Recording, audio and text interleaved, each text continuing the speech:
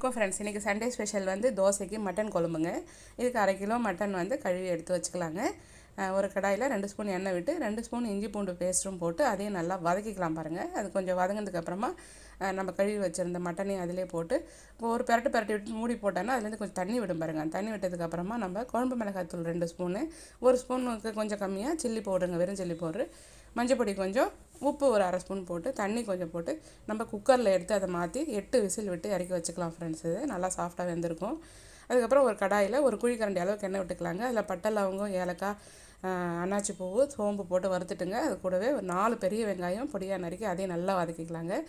அது கூடவே தக்காளி பழமும் கொஞ்சம் சால்ட்டும் போட்டு அதையும் நல்லா சுருளை வதக்கிக்கலாம் பாருங்கள். வதங்கினதுக்கப்புறம் கருவேப்பிலை 2 கொத்து, 2 பச்சை மிளகாய், 1 ஸ்பூன் இஞ்சி பூண்டு பேஸ்ட்டும் போட்டு நல்லா வதக்கிக்கலாங்க. அது கூடவே 1/2 ஸ்பூன் கரம் மசாலா போட்டு நம்ம வேக வச்ச கறியும் அதில் போட்டுடலாங்க. ஒரு 2 நிமிஷம் வெந்ததும் கொதித்ததும் தேங்காய், கசகசா அரைச்சி ஊற்றி இறக்கிடலாம் ஃப்ரெண்ட்ஸ்.